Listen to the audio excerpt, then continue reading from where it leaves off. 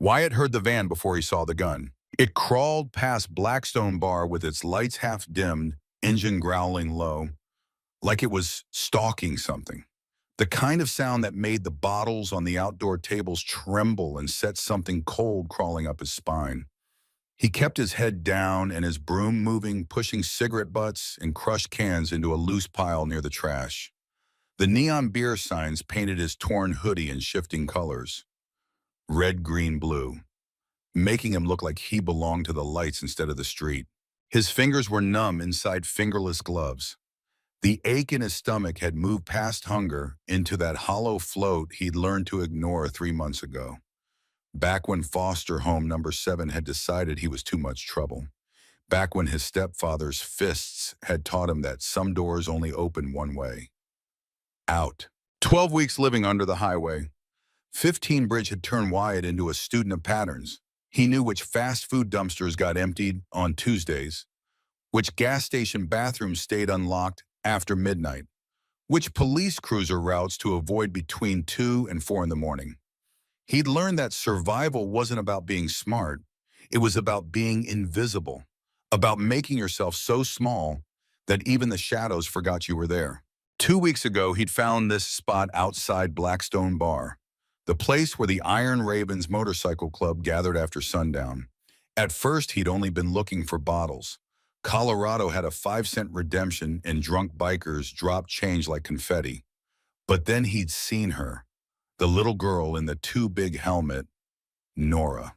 6 years old, maybe 7, chin strap dangling loose because her father's hands were too big and rough to manage the tiny buckle. She'd been stomping out some clumsy dance while a jukebox inside bled classic rock into the parking lot. Her boots were red, shiny, the kind that lit up when she jumped. Behind her, the big man with the leather vest had tried not to smile too wide, failed completely. The back of his cut spread across his shoulders like a war banner. A white-winged skull, Iron Ravens curved above it. Everyone called him Ironside. Wyatt had heard the name shouted across the lot enough times to know it meant respect. Fear sometimes, but mostly respect. That first night, Wyatt had watched Ironside reach out and steady Nora with one hand while using the other to tuck her hair behind the helmet strap. For one heartbeat, his face had softened completely, every hard line smoothing out as he kissed the top of that ridiculous pink helmet like it was made of glass. Wyatt had looked away then. Some things hurt worse than an empty stomach. But he'd come back the next night, and the night after that. Not for the bottles anymore. Not really. He'd started sweeping without anyone asking, picking up the broken glass that clustered near the bike stands. That first time a shard the size of his thumb had been lying right where Nora's red boots would skip by. He'd moved it, then kept sweeping. The night after, he'd noticed a nail sticking up from a pallet someone had left near the entrance. He'd pried it out with a rock, smoothed the wood down with his shoe. Nobody noticed. Nobody ever noticed Wyatt Reeves. That was the whole point of being invisible. But each night he'd found himself scanning the parking lot before Nora arrived.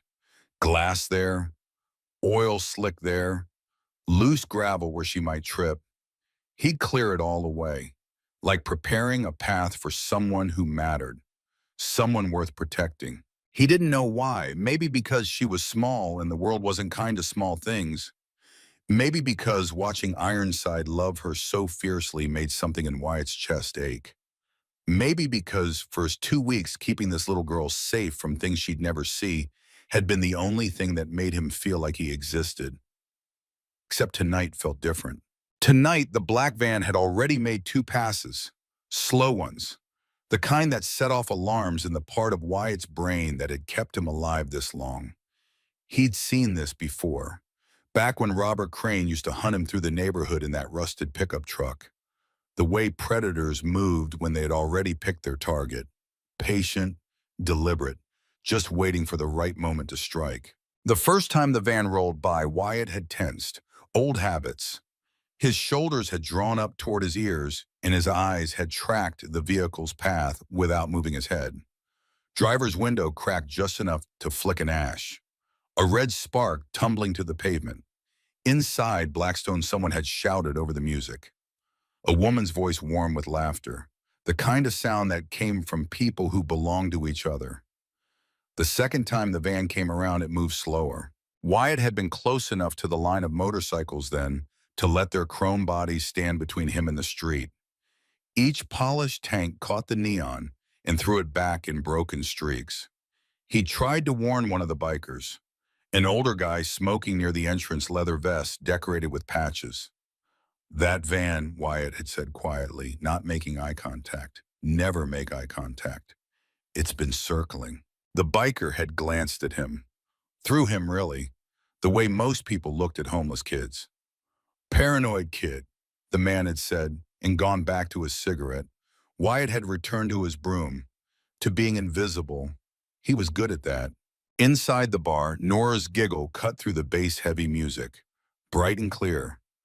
Wyatt glanced up just long enough to see her through the open doorway. Ironside was teaching her how to throw darts. Her tiny arm could barely reach the board, but she was trying. Face scrunched up in concentration. Ironside stood behind her, guiding her elbow. His hand completely dwarfed hers. A woman appeared beside them. Laurel. She set down a basket of fries and ruffled Nora's hair before pressing a quick kiss to Ironside's bearded cheek. Family. Wyatt had been protecting that picture for 2 weeks now.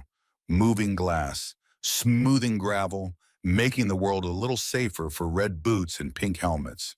Not because anyone asked, but because some things deserved to be kept safe. The van turned into the parking lot. Wyatt's chest went tight. He recognized the pattern. Vehicles didn't creep through motorcycle club parking lots at midnight with their lights half off unless somebody inside had already made a decision. A bad one. The side door quivered, just enough for the metal to catch the fluorescent glare from the gas station next door. He dropped the broom. The clatter vanished under the hum of engines and the muffled drum of bass from inside. He could have turned away, could have stepped back into the shadow between the dumpster and the wall, folded himself into the kind of small that had kept him breathing under bridges. Nobody would have noticed. Nobody ever had. But for 2 weeks, he'd been standing guard over something precious. And tonight, the danger he'd been watching for had finally arrived. The side door slid open. Cold metal caught the light, and the night snapped. 5 muzzle flashes tore the parking lot into pieces. The first shot blew out the neon sign above the door. Green glass showered down. The second chewed into a row of motorcycles, chrome screaming as mirrors exploded. Screams erupted from inside Blackstone. The third, fourth, and fifth bullets lined up with the doorway, where Nora stood, helmet crooked, eyes wide, frozen. Wyatt moved. He didn't sprint like a movie hero. His body lurched forward, every bone protesting. His mind emptied, burned clean by one thought. Forward. The world narrowed to the tiny girl's outline and the black holes at the end of the gun. He hit her like a crash. His shoulder slammed into her chest. The breath whooshed out of her as he twisted midair, flipping their bodies so his back faced the van and she fell beneath him. The impact with the threshold drove the air from his lungs. Then the bullets found him. The first hit low in his side, a hammer made of fire. The second punched into his back higher, somewhere near his shoulder blade, detonating white pain. The third slammed into the same torn hoodie already soaked with the first 2. The fourth and fifth were different. He didn't feel them as separate hits, just a crushing weight that pinned him to the doorway. Bones rattling, ears ringing, the taste of blood sharp and metallic. His hands scrabbled for purchase, fingers finding the edge of Nora's helmet and pushing it down over her face. "Don't move," he rasped. "Stay small. Stay down." He'd given himself that same order 1,000 times. Tonight, he finally understood what it meant to say those words for someone else. The van's engine roared, but as it fishtailed, tires screaming, Wyatt's vision blurred and focused on one thing through the broken windshield. A face he knew. Derek Crane. His stepfather's younger brother. The same Derek who'd sworn revenge when Wyatt's abuse report got Robert investigated 6 months ago, who'd cornered him behind the school and said, "You destroyed our family, you little shit. We don't forget." This wasn't random. This was personal. The recognition hit harder than the bullets. They hadn't come for the bikers. They'd come for him. And Nora had been standing right where Robert Crane's brother had aimed. The van disappeared into the dark, the engine roaring, shrinking as the vehicle tore down the street. Silence crashed back. Boots pounded concrete. Voices overlapped. Someone yelling for an ambulance. Glass crunched under heavy steps. Hands grabbed at his hoodie trying to pull him off Nora. They slipped, came away red. What the? Don't touch him! The big man with the winged skull appeared above Wyatt, dropping to his knees. His eyes were wild and wild, his vest hanging open. Nora crawled out from under Wyatt's arm, helmet askew, cheeks streaked with tears. "He pushed me, Daddy," she sobbed. He took it." Ironside looked down, really looked. For a second, Wyatt saw what everyone else always saw. A dirty kid in a ruined hoodie. A nobody. A ghost. Then Ironside's gaze dropped to the spreading pool of blood, to the way Wyatt's body still curled protectively around his daughter even as it shook. Something in his face broke. "Oh, God," he whispered. "Oh, kid." His hands pressed into Wyatt's side. Pain exploded, hot and white. Wyatt bit down on a cry and tasted more blood. "Stay with me," Ironside ordered, voice cracking. "You hear me? You took our bullets." Wyatt's vision tunneled. Somewhere beyond the doorway, engines were starting, one after another. "That makes you ours." Wyatt tried to answer, to tell the man about Derek, about Robert, about how this was Wyatt's fault, his past catching up, his stepfather's revenge finding him even here. Nothing came out but a ragged wheeze, a leather vest bunched under his head. Nora's small hand caught his fingers, squeezing with desperate strength. Sirens wailed. Drawing closer, red and blue began to strobe against the bar's shattered front. Wyatt's world shrank to three sensations: the crushing pressure on his wounds, the tiny hand holding his, and the thunder of engines lining up just beyond his fading vision. For the first time in his life, Wyatt wasn't sure if the sound of people coming for him meant danger or something else entirely. The ambulance felt smaller than the alley he used to sleep in. Wyatt stared up at the vibrating metal ceiling, every bump sending fresh shocks through his side and shoulder. Someone had cut his hoodie open. Cold air on bare skin while heat burned deep under the bandages. A monitor beeped beside his head. Speeding up, slowing when his vision tunneled. His fingers twitched against the mattress, searching for something to hold on to. The memory of tiny fingers in his palm. Nora's hand. They'd let her climb in just long enough to squeeze his before loading him up. Now her handprint felt burned into his skin. "Pressure's barely holding," the older paramedic muttered, sweat on his forehead. "We're losing it." "I'm trying," the younger one snapped. "Kid's half our size and carrying more lead than body armor.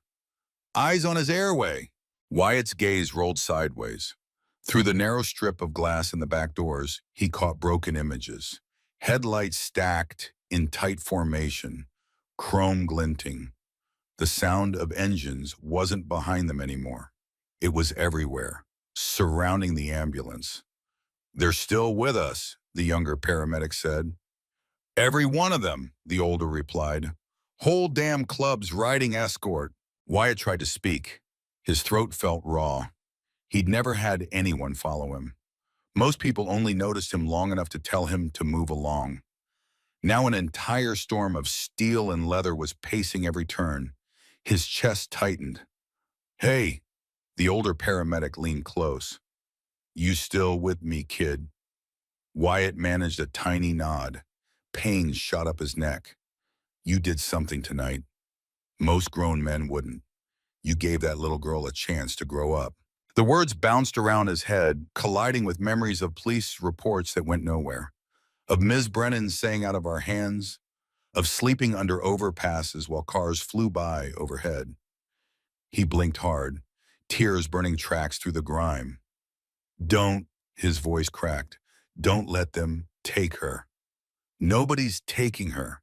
Her old man's not the type to let go. The paramedic glanced toward the doors. Neither are his friends. The pain surged in waves, rolling up from his side, cresting in his chest.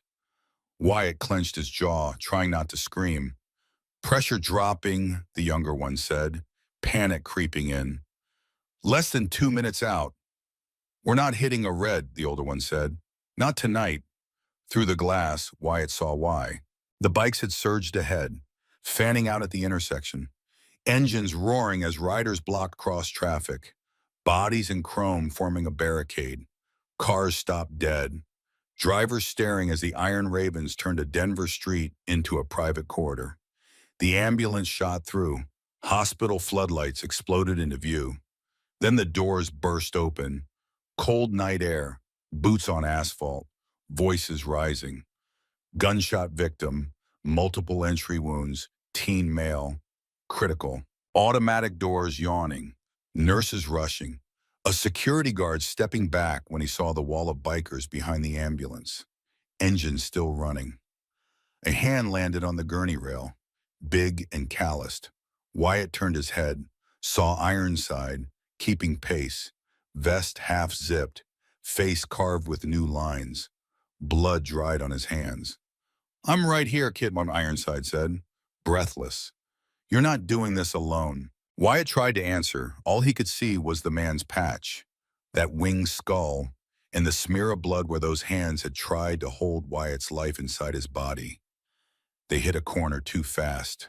The gurney tipped, righted. Pain flared like lightning. Vitals are crashing. The hallway ceiling stretched out above him. Fluorescent lights flickering past. Each one marking another second his body had to decide whether to hold on or let go. They burst through swinging doors into a bright freezing room. Hands multiplied, cutting away clothes, taping tubes. All the places where he hurt blurred into a single howling point. Kid, Ironside's voice near his ear. You stay. You understand. You stay. Wyatt's eyes rolled toward him. For a second, the chaos thinned. He saw the man clearly. The gray in his beard, the old scars. The fear etched deep. Why? Wyatt whispered. Ironside blinked hard. Because you stepped in front of hell for my family. His voice cracked. That makes you mine. That makes you ours. A mask descended over Wyatt's face. Oxygen blasted in.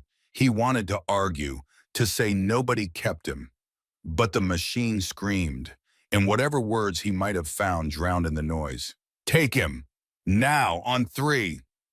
The gurney lurched. Wyatt thought he heard Nora's voice somewhere distant, or maybe he just wanted to.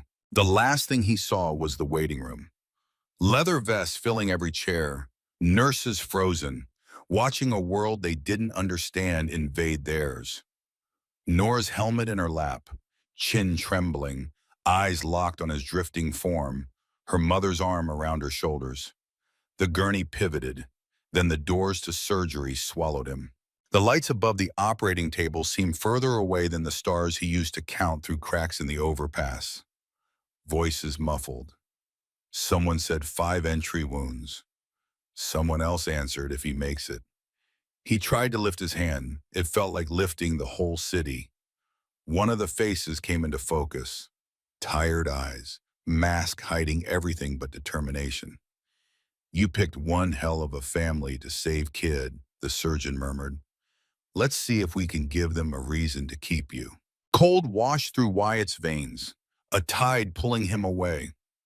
Somewhere beyond the doors, 80 motorcycles idled, refusing to leave.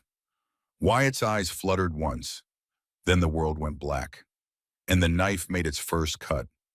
Nora counted the cracks in the waiting room floor until the numbers stopped meaning anything. Cheap tiles the color of old teeth. thin black lines running between them like roads that didn't lead anywhere she wanted to go. Her boots didn't reach the ground from the plastic chair. They swung in tiny arcs, tapping out a rhythm that didn't match the distant beeping behind the double doors. Her helmet sat in her lap, pink shell smeared with dirt and a faint brown streak where Wyatt's blood had brushed it. Across from her, two nurses whispered. One kept glancing at the glass entrance, where the Iron Ravens had turned the hospital front into a barricade. Rows of bikes gleamed under floodlights.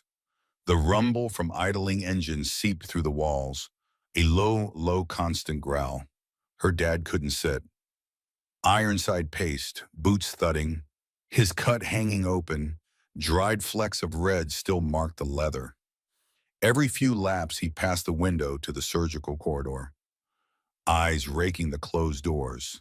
Men in vests filled every spare chair, patches and tattoos in violent contrast to the pastel fish painted on the pediatric wing walls. "What are they doing here?" a mother whispered. "Guarding somebody," one of the nurses answered. "That homeless kid, I think." Nora's fingers tightened around her helmet. "He's not homeless," she muttered, too quiet for them to hear. "He's Wyatt." Her mother sat beside her, one arm around Nora's shoulders, the hand trembling even though her voice stayed even. "He's going to make it. You hear me? He's strong." Nora had never seen her dad look afraid. She'd seen him angry, happy, but afraid was new. It sat on him like a wet jacket. He stopped pacing when the door swung open. A detective in a rumpled suit stepped out, flanked by a uniformed officer. They both paused at the sight of the waiting room, taking in the wall of leather. The detective swallowed, then walked up to Ironside. "Morrison, Mr. Morrison, right?" Ironside's eyes were flat. "That's what they call me. I'm Detective Carver. We need a statement on what happened at Blackstone, and we need to talk about the boy's status." "His status is he's in there fighting for his life," Ironside said. "That's all the status that matters tonight." Carver shifted. "We'll need his full name, any known relatives, prior addresses." He told the EMTs his name, Wyatt, no last name that belonged to him anymore. Carver sighed. "Look, I'm not your enemy, but whoever was in that van didn't spray bullets at random. They aimed at the door. They saw your colors." He paused. "With that many bikes outside, this hospital's a target until that kid can talk." Silence rolled over the room. Ironside stepped closer, the skull on his back catching the light. "You want to protect this hospital, good. So do we. Nobody here gets hurt because of what I wear." He jerked his chin toward the doors. "But let me make one thing clear. You touch that kid without me, without her." He nodded at Laurel. "You'll have a different kind of problem." Carver measured him, then nodded. "Fine. We coordinate." He lowered his voice. "But we got word from patrol. Your shooters didn't just vanish. A black van was seen circling 2 blocks from here before we locked the streets down." Nora's stomach dropped. "They're coming here," she whispered. Her mother's arm pulled her closer. "They won't get in." Outside, thunder rolled. One by one, more bikes arrived, headlights spearing the night. Chapters from neighboring towns filing in with solemn faces. Time folded strangely. Minutes stretched, snapped. A nurse came out twice. "He's still in surgery. They're doing everything they can." At some point, coffee appeared. Someone draped a blanket over Nora's shoulders. A biker she didn't know, older with silver in his braid, knelt in front of her. "Kid," he said gently, "you hanging in?" She nodded. "You remember this. Whatever happens tonight, you remember he stepped in front of you because he decided you were worth it. That's not a debt this club takes lightly." The doors stayed shut. Midnight bled into something past it. The television cycled to local news. Then a familiar image flickered. Phone footage of the hospital parking lot. The caption, "Biker Gang Blocks ER." Nora watched as a shaky zoom caught the line of Harleys. The voiceover was accusatory. "They make it sound like we're the bad ones," Nora whispered. Ironside snorted. "They always do. till they need us. But we saved someone. Wyatt saved me. Ironside's shoulders tightened. All the layers he wore seemed to fall away. He turned just enough for Nora to see his face, lined and tired. Yeah, he said quietly. He did. The swing doors finally opened. Every conversation died. A man in blue scrubs stepped out, cap pushed back, mask hanging loose, a streak of something dark on his sleeve, eyes that looked like they hadn't closed in days. Family for Wyatt, he called. The word hit like a thrown brick. Family. Ironside was moving before anyone else could process it. He crossed the distance, the room rising around him, vests scraped chairs. The iron ravens closed in behind him, forming a half circle. We're here, Ironside said. The surgeon took them all in. The patches, the ink, the hard faces, and the little girl clutching a pink helmet. Something cautious flickered in his expression. Then it softened. He made it through surgery. The words hung like smoke. It was difficult. 5 entry wounds, significant blood loss. One bullet shattered a rib. Another missed his spine by less than a centimeter. He paused. If any of them had been an inch to the left or right, we'd be having a very different conversation. Nora didn't realize she'd stopped breathing until her lungs burned. But he's alive, Ironside said. For now, the next 48 hours are critical. Infection, swelling, organ failure. There's a lot that can still go wrong. He shook his head. But the fact that he's still fighting after what he took, he's a tough kid. A sound rippled through the room. Half exhale, half choked laugh. Nora felt her knees go weak. Can we see him? She blurted. The doctor glanced at her, then at Ironside. One at a time, immediate family only, ICU rules. Ironside hesitated. He doesn't have paperwork, no legal guardians, no parents that didn't lose the right to be called that. He straightened. But he took bullets meant for my daughter. That makes him mine in every way that matters. Something like resolve settled over the doctor's features. Then tonight, that's good enough for me. He gestured down the hall. You and her, 5 minutes. Don't touch the tubes or monitors. He's sedated, but sometimes they know who's there. Nora slid off the chair. Her legs felt rubbery, but they carried her forward beside her father. The hallway was quieter, lights dimmer, air thicker with disinfectant and something metallic. Doors lined the corridor, each with tiny windows showing fragments of broken people. The doctor stopped at one near the end. Inside, a single monitor cast green light across a narrow bed. Nora's heart climbed into her throat. From the doorway she saw Wyatt. He looked smaller without his hoodie, swallowed by white sheets and wires. Bandages wrapped his chest and side stain where bleeding hadn't fully stopped. A tube in his nose, another from his arm to a bag overhead. His skin the color of paper left in the sun too long. For a second, Nora couldn't move. The boy who had crashed into her like a shield looked fragile enough that a strong breeze might carry him away. Go on, Ironside murmured. He didn't do all that so you could stand in the hallway. She forced her feet forward until she was beside the bed. Up close, she could see tiny freckles on his nose, the faint shadow of a bruise along his jaw, his lashes dark against his cheeks. Hey, she whispered. The monitor kept its slow, stubborn beep. It's me, Nora, the one who almost got you killed. Ironside made a soft sound but didn't correct her. You didn't have to do that. You didn't even know my name. Wyatt's fingers lay limp on the sheet. Without thinking, she slid her smaller hand into his. Careful of the tape and IV, his skin was cool, but there was warmth underneath, like embers under ash. Dad says family is who stands in front of you when everything goes bad. So I guess that means you're stuck with us now. For a heartbeat, nothing changed. Then Wyatt's thumb twitched against her palm.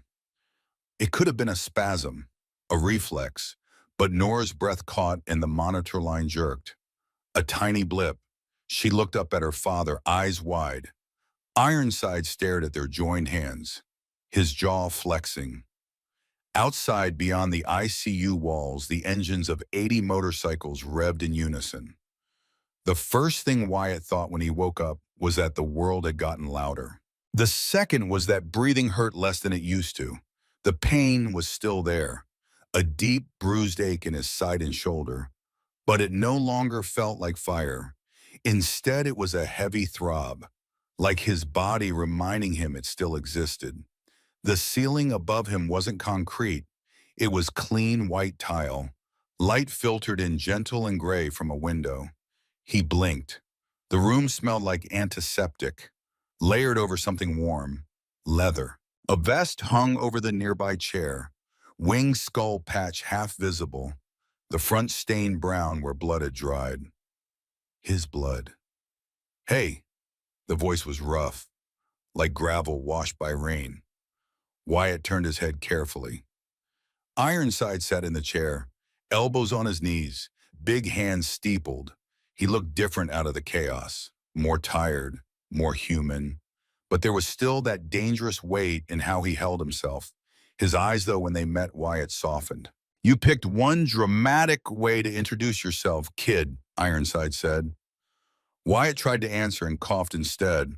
His throat felt sandpapered. Ironside was on his feet in a second, reaching for the cup on the tray. He adjusted the bed-raising Wyatt, then held the straw to his lips with a carefulness that didn't match the skull on his chest. Water hit Wyatt's tongue, cold and miraculous. He took small sips, every swallow sending ripples of pain through his chest, but he welcomed them. Pain meant he hadn't disappeared. "How long?" Wyatt croaked. "3 days. You've been in and out, mostly out." Ironside sat back down, body still leaning forward, ready to spring up again. "I didn't," Wyatt's voice broke. "I didn't mean to cause trouble." Ironside huffed something like a laugh. "Trouble was already there, kid.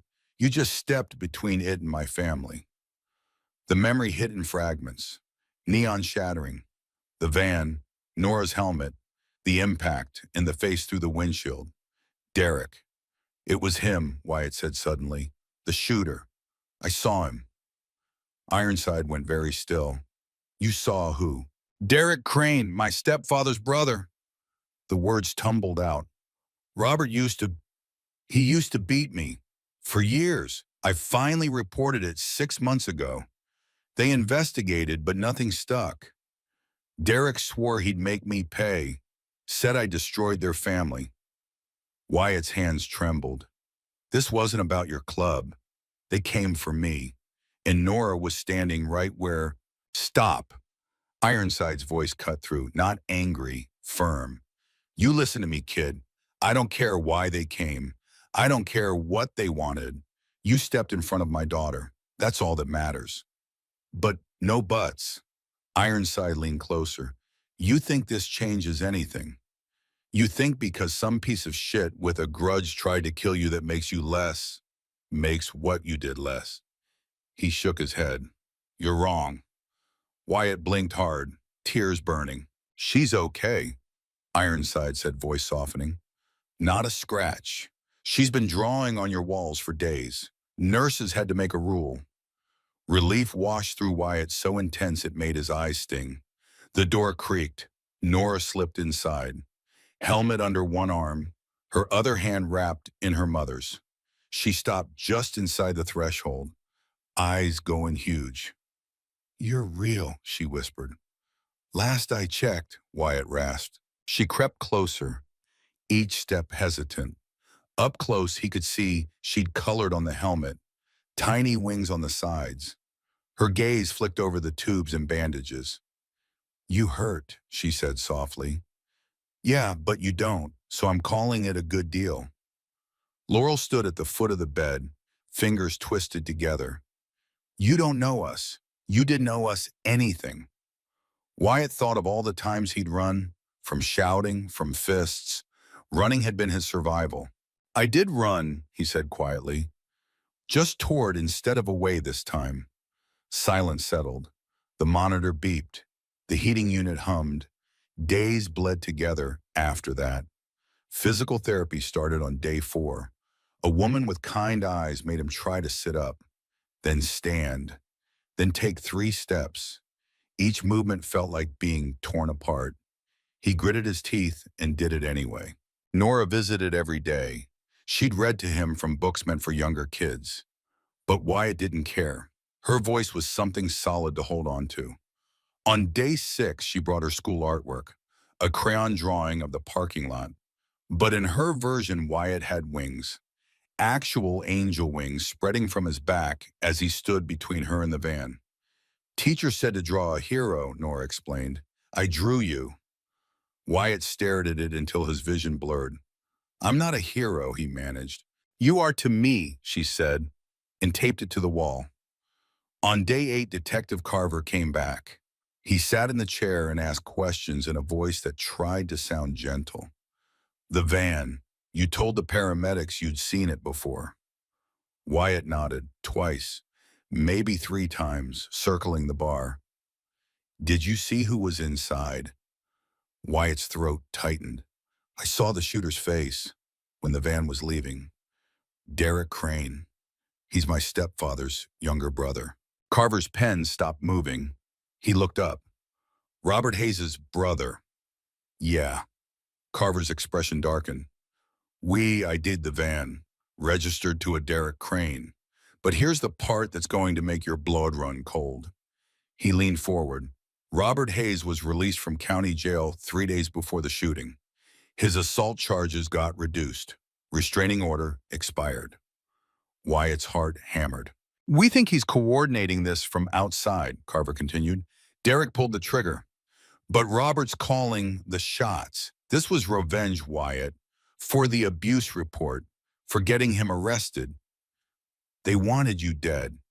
The room tilted. The good news is we've got traffic cam footage. Plates, we'll find them. Carver closed his notebook.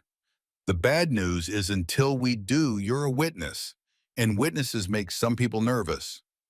You think they'll come back? I think people who spray bullets into a biker bar to get to one kid aren't the type to leave loose ends. Carver stood. But between us and the Iron Ravens, you've got more protection than the governor. After he left, Wyatt stared at the ceiling. Robert was out there, planning, waiting, and Wyatt had brought that danger straight to the people trying to save him. On day 10, an older biker walked in, silver threaded through his braid, face mapped with scars. The patch on his vest said Flint.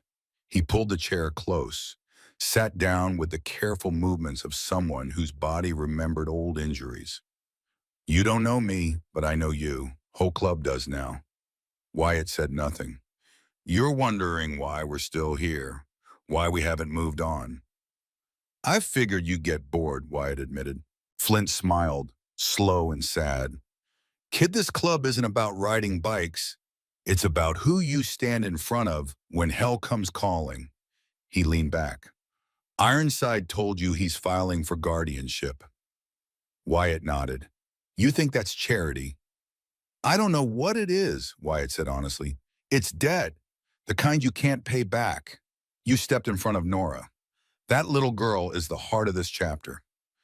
Every man out there would die for her, but you're the one who actually tried. He reached into his pocket, pulled out something small, a patch, a tiny winged skull. This is a prospect patch. It means you're learning, earning your way. He set it on the bedside table. Ironside wants you to have it. When you're ready. Wyatt stared at the patch. Why me? I'm nobody. Flint's expression shifted. Something harder underneath. You were nobody. Past tense. You became somebody the second you decided that little girl mattered more than your own life. He stood. You've got people now, Wyatt, whether you know what to do with them or not. On day 14, Ironside was there when the physical therapist declared him ready to try stairs. Wyatt gripped the railing with white knuckles, took each step like it might be his last. At the top, he was breathing hard, but standing. Good, Ironside said, Now come back down. Going down was worse. Every step jarred his ribs. Wyatt's vision swam, his knees wobbled. Ironside was there before he could fall, big hands steadying him. I got you, but you're doing the work. Wyatt made it to the bottom. That night he dreamed he was back under the bridge. Cold concrete, traffic overhead. In the dream he kept trying to leave. But every time he stood up, he was back where he started. He woke up screaming. Monitors went haywire. Nurses rushed in, but Ironside was already there, sitting on the edge of the bed, one hand on Wyatt's shoulder. You're here, not there. Here, with us. Wyatt's chest heaved. Tears he'd been holding back for months finally broke through. They came in choking sobs that hurt his ribs. Ironside didn't move, didn't tell him to stop, just kept his hand there, solid, warm. When the storm finally passed, Wyatt lay back, exhausted. I keep thinking I'm going to wake up and this will be gone, that I'll be back under that bridge. It matters, Ironside said, and it's not going anywhere. Neither are you. On day 16, Ms. Brennan walked in carrying a folder. Social worker, Child Protective Services. Wyatt's stomach dropped. He knew the script, the kind voice, the questions that cataloged all the ways you didn't fit, the paperwork that moved you from one temporary place to another. I'm here to talk about placement. You're 15, still a minor. We have programs, shelters. He's not going to a shelter, Ironside said from the doorway. Ms. Brennan looked up, took in the leather vest. Mr. Morrison, I understand you care about what happens to Wyatt, but placement decisions are made by the state. Then start the protocol for guardianship, Laurel said, stepping in behind her husband. Emergency custody first, then permanent. We're filing today. Ms. Brennan blinked. You want to take custody of a teenage boy you met 2 weeks ago? He saved our daughter's life. He bled on our floor. Laurel's voice didn't rise, but it hardened. He's not going into a system that already forgot about him once. Ms. Brennan looked at Wyatt. Is this what you want? Wyatt opened his mouth, closed it. Want felt like too big a word. I don't want to be alone anymore, he said finally. If that counts. Something in Ms. Brennan's expression shifted. She pulled papers from her folder. All right, let's do this properly. The paperwork took hours. Previous addresses. He listed the bridge, the alley, the overpass, each one a small humiliation. Emergency contacts. He left it blank until Ironside leaned over and wrote his own name. There was a line for Wyatt's signature, and another where it said legal guardian. Ironside took the pen, signed, Garrett Morrison, the letters bold and certain. Wyatt stared at it, his name, right next to Morrison, connected by ink that looked too dark to ever fade. This doesn't make me your dad, not yet. Maybe not ever if that's not what you want. But it makes you mine to protect, to feed, to keep safe. Wyatt's hands shook as he signed. For the first time, the lines on a page didn't feel like a trap. On day 18, everything changed. It was late, past midnight. The hospital had dimmed the lights. Wyatt was drifting in and out of medicated sleep when the alarm went off. Not his monitor, something in the hallway. Voices rose, sharp, urgent. He struggled to sit up. Through the window in his door, he saw movement. Men in hospital scrubs moving too quickly, too purposefully, but something was wrong. One of them had a tattoo creeping up his neck. Another walked like he'd spent time in a fight cage. Their eyes swept the hallway, hunting. Wyatt's blood went cold. He hit the call button. Once, twice, 3 times. A nurse burst in. What's... Those aren't orderlies, Wyatt said. Voice hoarse but certain. Look at their badges. Look at how they move. The nurse glanced through the window. Her face went pale. Security, she breathed into her radio. Code Silver. ICU wing. Possible infiltration. Everything happened fast after that. The hospital alarm changed pitch. Doors locked automatically. The men in fake scrubs realized they'd been made. One pulled a gun. Nurses screamed. Patients shouted. Security guards rounded the corner, weapons drawn. And then the Iron Ravens who'd been stationed in the waiting room came pouring down the hall like a flood. Wyatt watched through his window as chaos erupted. The fake orderlies tried to fight their way toward the ICU, toward him, but they were outnumbered. Gunfire. Someone screamed. Then Ironside was there, moving with lethal precision. He tackled one of the infiltrators, slammed him against the wall. Another biker wrench.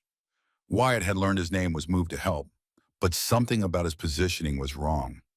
He wasn't protecting Ironside's flank. He was exposing it. Time seemed to slow. One of the fake orderlies raised his gun, aimed at Ironside's back. Wrench saw it. Everyone saw it. But Wrench's hand twitched toward his own weapon. Not to help, to finish the job. The shot went wide, caught Ironside in the shoulder instead of the spine. He went down hard. "Wrench!" someone shouted. "What the hell?" But Wrench was already running, disappearing down the stairwell as security and bikers swarmed the infiltrators. The fake orderlies were subdued, arrested. One was wounded, another unconscious. But the damage was done. Ironside was bleeding, and one of their own had let it happen. Wyatt pressed his face against the glass, watching as they carried Ironside past his room. Their eyes met for a second. Ironside was pale, in pain, but he jerked his chin at Wyatt. A small nod. "I'm okay." But Wyatt knew this wasn't over. Robert Hayes had just moved his pieces closer, and someone inside the club was playing for the other side. The hospital became a fortress overnight.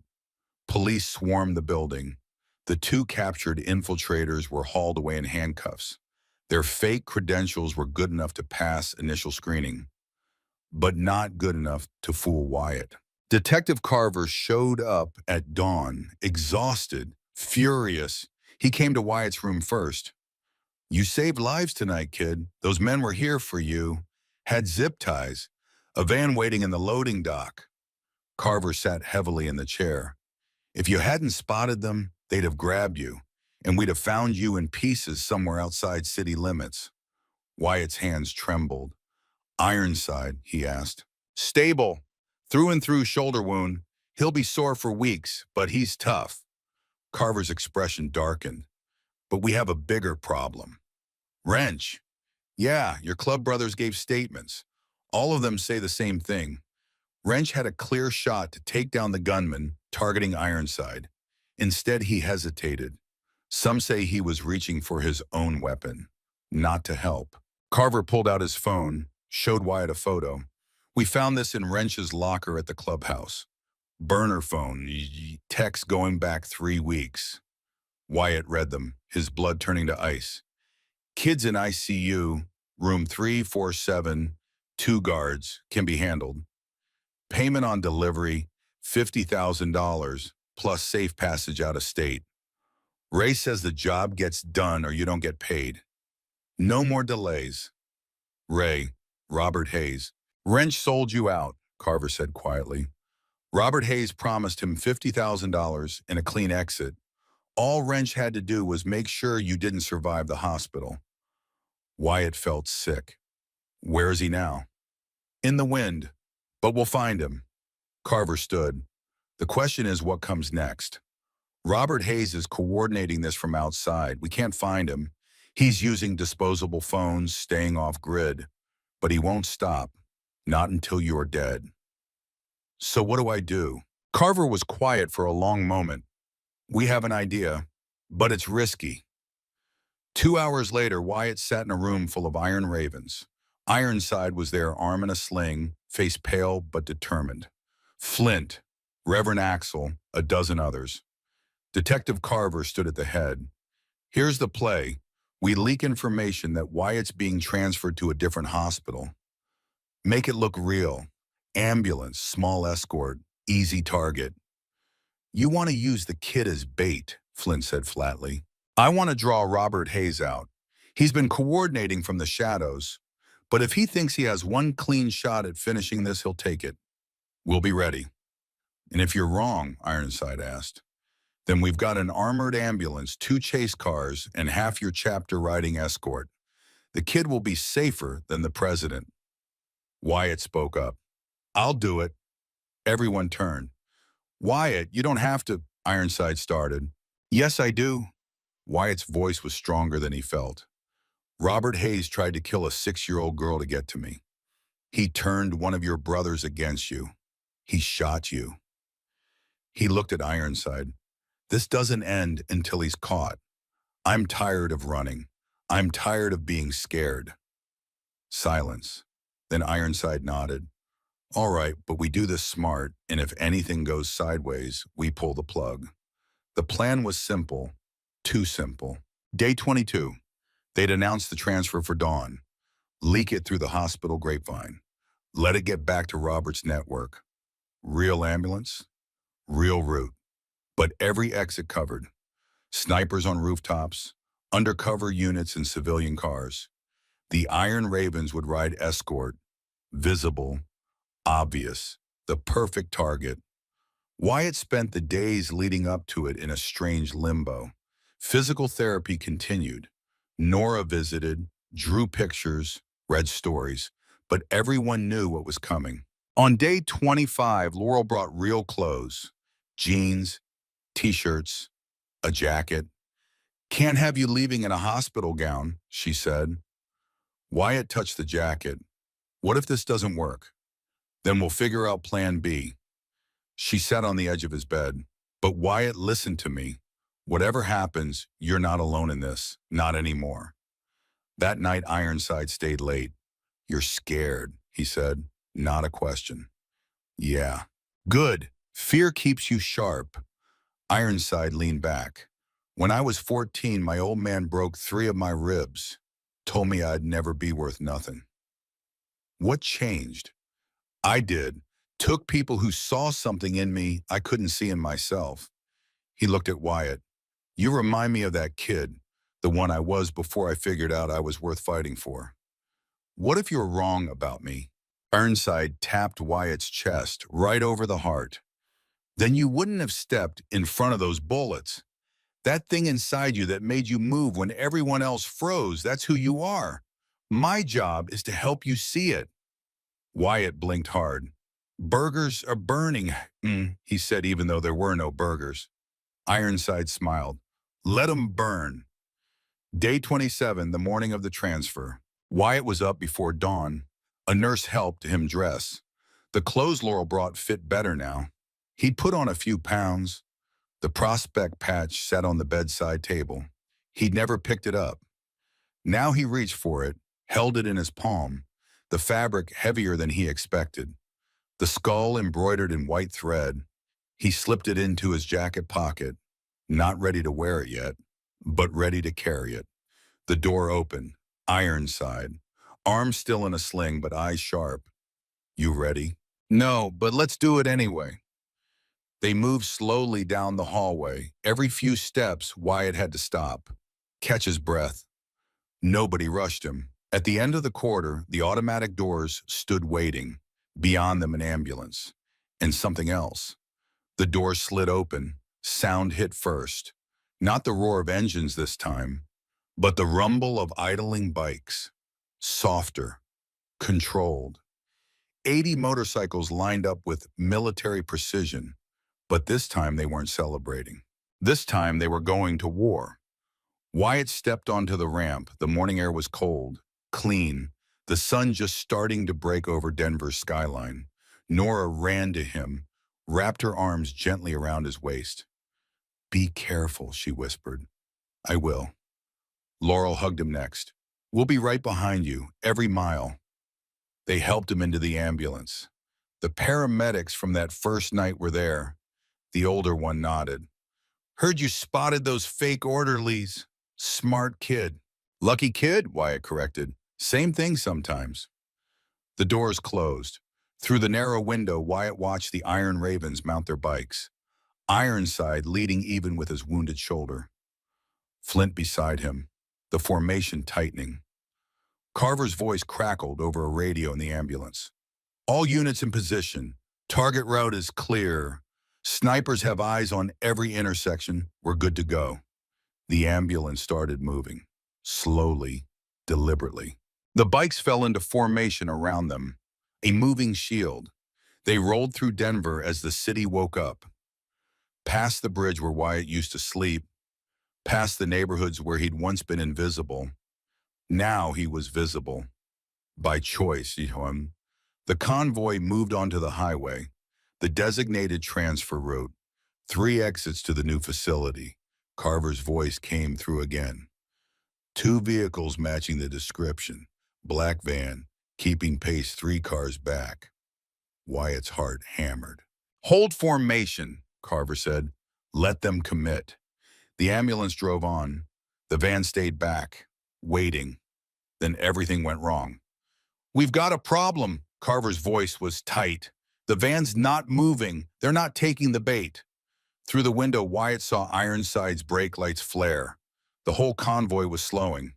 Then Carver again, shouting now. All units, we have a situation at County General. Shots fired.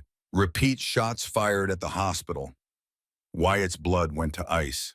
They didn't take the bait, the younger paramedic said. They went for the hospital.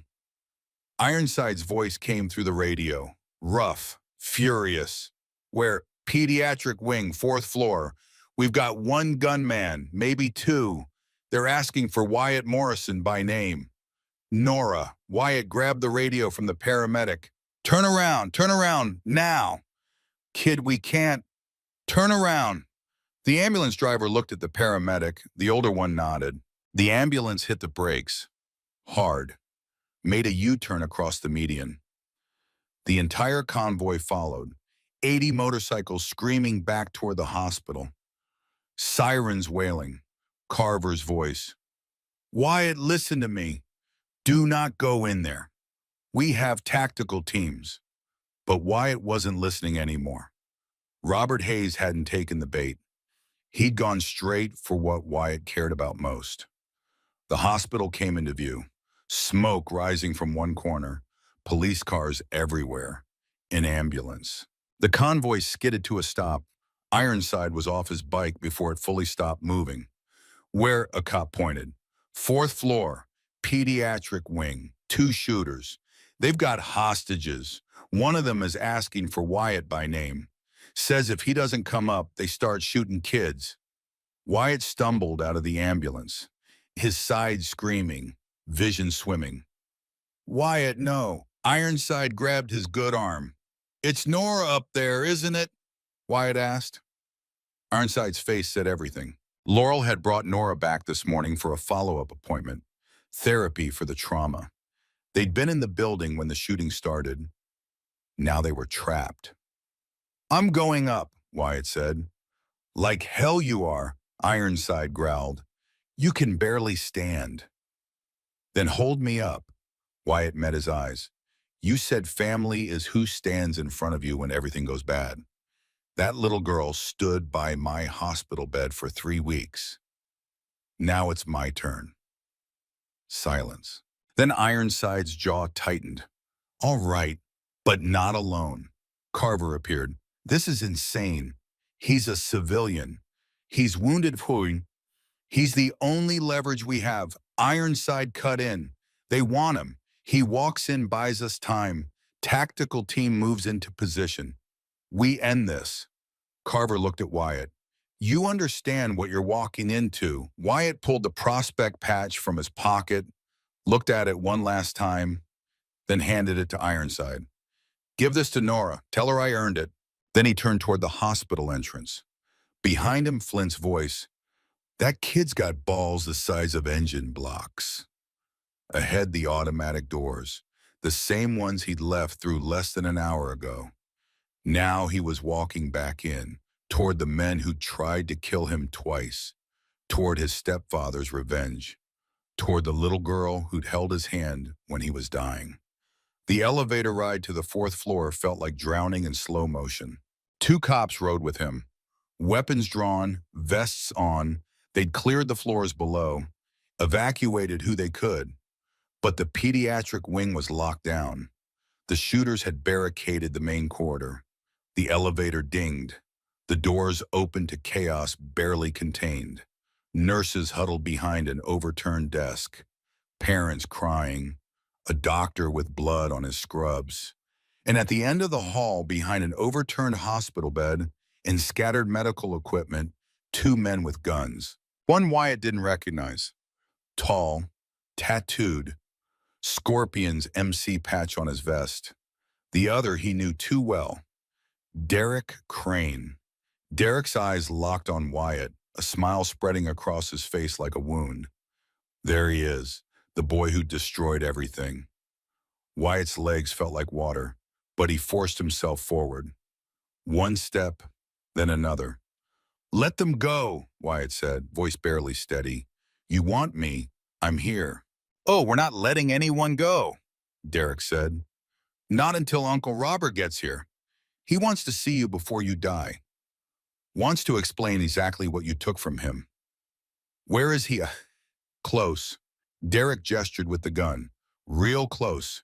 In fact, a door behind them opened, and Robert Hayes stepped out.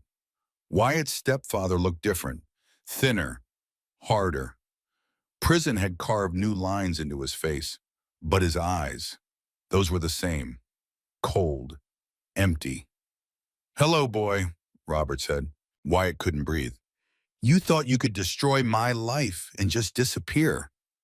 Robert walked closer, slowly. "You got me arrested, cost me my job, my house, 6 months in county because you couldn't keep your mouth shut about a little discipline." "You broke my arm," Wyatt said, voice shaking. "You beat me for years." "I tried to make you strong," Robert's voice rose. "Tried to make you into something worth keeping. But you were always weak, always crying, always running." He gestured to Derek, to the hospital. "So I took something from you. That little biker brat you threw yourself in front of. She's still here." Wyatt's vision went red. "Where is she, Derek?" Derek smiled, pointed to a room behind them. Through the window, Wyatt could see her. Nora, huddled with her mother and three other children in a corner. Laurel's arm around them all. Her eyes met Wyatt's through the glass. "Let them go," Wyatt said again. "This is between us." "You're right," Robert said. He raised his gun, pointed it at Wyatt's chest. "This is between us. But I think I'll let you watch first.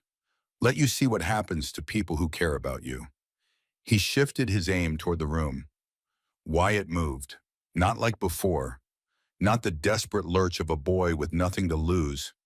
This time he moved with purpose, with everything the Iron Ravens had taught him over 3 weeks. He grabbed a fire extinguisher from the wall, swung it hard, caught Robert in the shoulder.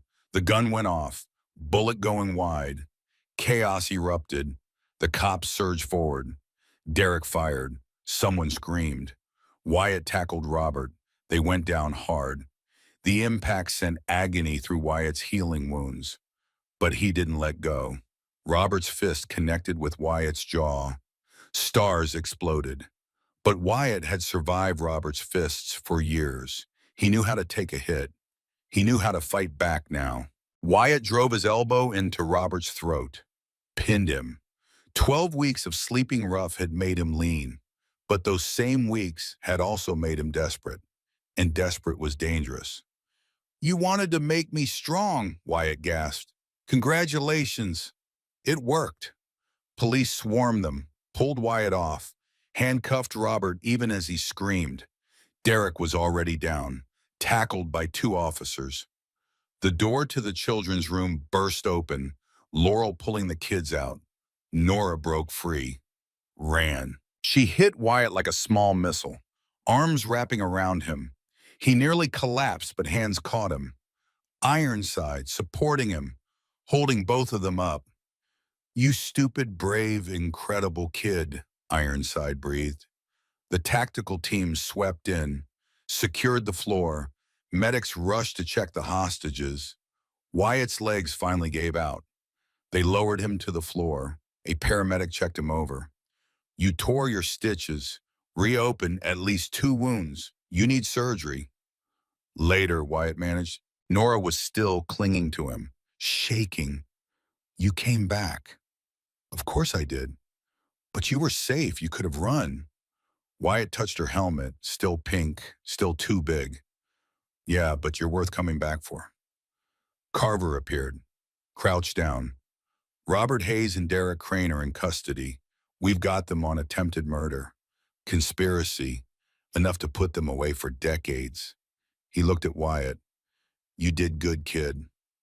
I couldn't let him hurt her. I know. Carver stood. Get him to surgery. We'll get statements later. They loaded Wyatt onto a gurney. Again. Ironside walked beside him. Again. But this time felt different. This time Robert was in handcuffs. Derek was going to prison. The threat was over. This time Wyatt had fought back and won. As they wheeled him toward the elevator, Nora pressed something into his hand. The prospect patch. Dad said you earned it, she whispered. So wear it, please. Wyatt closed his fingers around it. Yeah, he said. Yeah, I will. The second surgery was shorter than the first. They repaired the damage from his fight with Robert, closed the wounds that had torn, stopped the internal bleeding. When Wyatt woke up this time, the room was full. Ironside, Laurel, Nora, Flint. A dozen iron ravens crowded into a space meant for 3 people. You're awake, Ironside said. Relief plain on his face. How long? Just overnight. Doc says you'll make a full recovery again. He shook his head. You've got more lives than a cat. Robert. Arraigned this morning. No bail. Derek too. DA's pushing for maximum sentences. Ironside pulled up a chair. It's over, Wyatt. They can't touch you anymore. The words took a moment to land. Over. No more running, no more looking over his shoulder, no more Robert Hayes. Wrench, Wyatt asked. Caught trying to cross into New Mexico. He's talking. Gave up everything about Robert's plan. He'll do time, but less than he deserves. Flint stepped forward. We voted unanimously. Wrench is out. His patch is burned. He doesn't exist to us anymore. Wyatt nodded. Some betrayals couldn't be forgiven. Over the next week, Wyatt healed. Again. Faster this time. Knowing the threat was over seemed to help. Nora visited every day, brought new drawings, told him about school, about the kids who wanted to meet the boy who fought the bad guys. On day 7, Ms. Brennan came back. The guardianship is approved, she said, handing papers to Ironside and Laurel. Emergency custody is now permanent. Wyatt Morrison is officially part of your family. Morrison, his new last name, earned in blood and choice. That night, Laurel brought a cake, chocolate, with Welcome Home Wyatt written in frosting. They ate it in his hospital room. Nora got frosting on her nose. Ironside told terrible jokes. Laurel laughed so hard she snorted. Family. Real family. On day 10, the doctors cleared him for discharge. The Iron Ravens were waiting, but this time there was no convoy, no parade, just the people who mattered. Ironside helped him into the truck. Nora climbed in beside him. Laurel drove. The ride to the Morrison house was quiet, peaceful. When they pulled into the driveway, Wyatt saw it. The same 2-story house, the same crowded bikes, but now it felt different. Now it felt like home. They helped him inside, up the stairs, to his room. Nora's drawings still covered the walls. The bed was made. Fresh flowers on the desk. Rest, Laurel said. Dinner's in 2 hours. I'm making pot roast. After they left, Wyatt sat on the bed, pulled the prospect patch from his pocket. He looked at it for a long time. Then he set it on the desk. Not ready to sew it on yet, but ready to keep it close. The weeks that followed fell into rhythm. School started. Wyatt was nervous, but Jenna from English class remembered her offer. She helped him catch up, introduced him to other kids. He made friends. Slowly, carefully, but they stuck. Physical therapy continued. building strength, healing properly this time. At home, Ironside taught him to cook, to change oil, to use power tools without losing fingers. Flint taught him motorcycle maintenance in the garage. Rev taught him to throw a proper punch. Each lesson a brick, building something Wyatt couldn't quite see yet, but could feel taking shape. 8 weeks after leaving the hospital the second time, Ironside called him downstairs. The living room was full of iron ravens. Tonight, Ironside said, we ride to Blackstone. The club's voting on whether to officially bring you in as a prospect. Full ceremony. Wyatt's mouth went dry. You've been training, learning. But there's a difference between carrying the patch and earning it in front of the whole chapter. Tonight you earn it. The ride to Blackstone felt different. Wyatt on the back of Ironside's bike. The whole family came. Laurel and Nora in the truck. The club brothers forming a convoy. The bar was packed. Every member of the Iron Ravens Denver chapter. Some from neighboring towns, all gathering for this. Wyatt's hands shook as he climbed off the bike. Inside, they'd cleared space in the center, a circle of men in leather. At the head, Ironside stood with a vest draped over his arm. Not the prospect one Wyatt had been carrying. This one had the full back patch. The winged skull, Iron Ravens arched above it. Denver below, and on the front, above the heart. A name in careful stitching. Wyatt Morrison. Wyatt Reeves, Ironside called, using his old name deliberately. Step forward. Wyatt walked into the circle, every eye on him. You came to us with nothing. No family, no home, no reason to believe anyone would stand for you. But when hell came calling, you didn't run. You stepped between death and a 6-year-old girl you didn't even know. He held up the vest. This club doesn't hand out patches for charity. You earn them by showing us who you are when everything's on the line. Flint stepped forward. The question before this chapter is simple. Has this boy earned the right to wear our colors? I, came the response. A chorus that shook the walls. Any opposed silence. Ironside stepped forward, held out the vest. Wyatt Morrison, by unanimous vote of the Iron Ravens Denver chapter, you are accepted as a prospect. This vest is yours. Wear it with honor. Learn from it with humility. And know that every man here will ride with you until you're ready for the full patch. Wyatt took the vest with trembling hands, slid it on. The weight settled on his shoulders like a promise. The room erupted. Cheers, applause, hands clapping his back. Welcome home, brother. Proud of you, kid. You earned this. Nora pushed through the crowd, threw her arms around him. You look so cool. Laurel was next. Welcome to the family. Officially. When the noise died down, Nora presented something wrapped in brown paper. I made you something. Wyatt unwrapped it carefully. Inside was a frame, and in the frame his old hoodie, the one torn and blood-stained from that night. Below it a small plaque, the uniform of a hero. Wyatt stared at it until his vision blurred. Thank you, he managed. That night after the party wound down, Wyatt found himself alone with Ironside on the bar's back patio.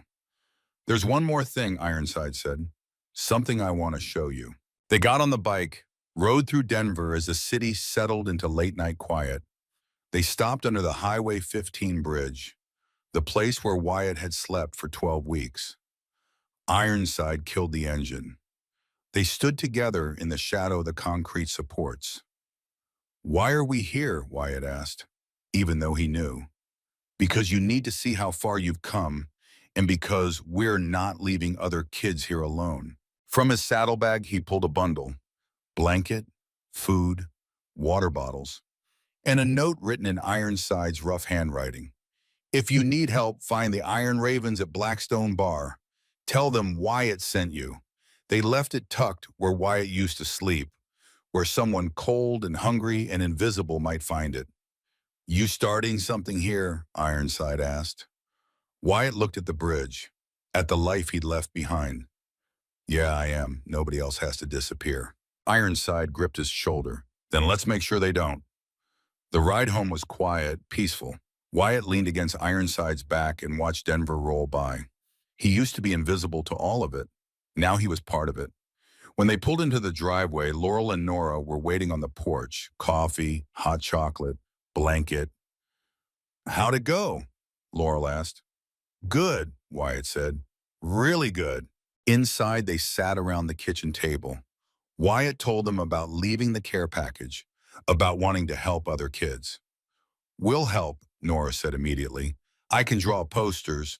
We can collect blankets at school." "I know people at social services," Laurel added. "We can build something, a network." Ironside nodded. "The club will back it. We've got resources, connections." Wyatt looked around the table, at his family. "Thank you for all of this." "Don't thank us yet," Ironside said with a slight smile. "You've got algebra homework and chores tomorrow. Being part of the family means pulling your weight." Wyatt laughed, actually laughed.